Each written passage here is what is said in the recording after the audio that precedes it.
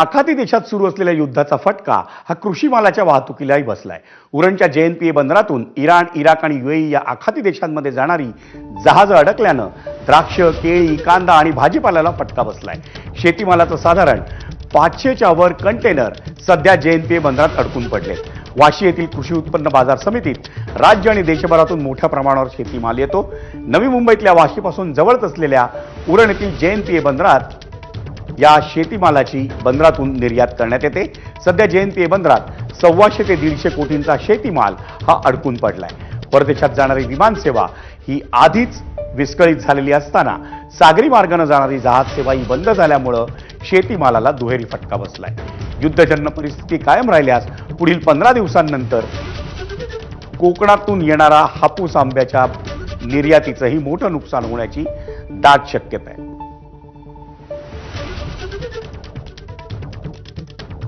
सध्या नवी मुंबईच्या APMC मार्केटमध्ये आणि तुम्ही पाहता की हा जो कांदा आहे अशाच पद्धतीनं कांदा हा मोठ्या संख्येने निर्यात होत असतो।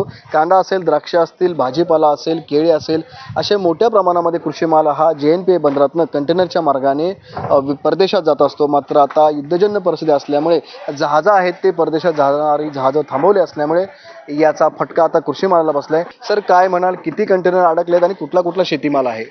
गेले 2 दिवस जी युद्धजन्य परिस्थिती निर्माण झालेली आहे इराण आणि अमेरिका, इस्रायल या देशांमध्ये, तर त्याचा मोठ्या प्रमाणात फटका हा कृषी मालाला बसलेला आहे। जवळपास 2000च्या वर 1000 भर कंटेनर या ठिकाणी पोर्टमध्ये अडकलेले आहेत। त्याच्यामध्ये विशेषतः केळी, कांदा आणि द्राक्ष आणि इतर भाजीपाला हा मोठ्या प्रमाणात या ठिकाणी अडकलेला आहे। सर काय म्हणाल, जर अशीच परिस्थिती झाली तर तो माल खराब होऊ शकतो किंवा काय नुकसान होऊ शकतं? या ठिकाणी जर अशीच परिस्थिती पुढे 2-4 दिवस जर राहिली तर बऱ्याच मोठ्या प्रमाणात फटका याचा सर्व निर्यातदार व्यापारी मंडळी त्यानंतर त्याचा इम्पॅक्ट हा शेतकऱ्यांवरती पण मोठ्या प्रमाणात होऊ शकतो आणि मालाचे भाव हे खूप मोठ्या प्रमाणात गडगडू शकतात। तिथं जर 2-4 दिवस असाच माल अडकला तर काय नुकसान होऊ शकतं? किती फाईन भरावं लागतं? हे जे कंटेनर हे मोठ्या प्रमाणात रेफ्रिजरेटेड कंटेनर आहेत आणि रेफ्रिजरेटर कंटेनरची कॉस्ट ही फक्त 2 दिवस ही पोर्ट करून बेअर केली जाते। त्याच्यावरती येणारी कॉस्ट ही एक्सपोर्टर किंवा निर्यातदार यांना बेअर करावी लागते। जर असंच जर 2-4 दिवस राहिलं तर जवळजवळ मालाच्या 50% किंमत ही त्यांना फक्त रेफ्रिजरेटेड प्लगिंगची कॉस्ट त्यांना बेअर करावी लागेल। आणि हा जर माल पुन्हा मार्केटमध्ये जर घेऊन आला तर मार्केटमध्ये आणल्यानंतर त्याची मोठा फटका हा शेतकऱ्यांना मोठ्या प्रमाणात बसेल। नक्कीच आपण पाहतो की जर युद्धजन्य परिस्थिती अशीच कायम राहिली तर मात्र हा संपूर्णपणे कृषी माल हा खराब होण्याची दाट शक्यता आहे।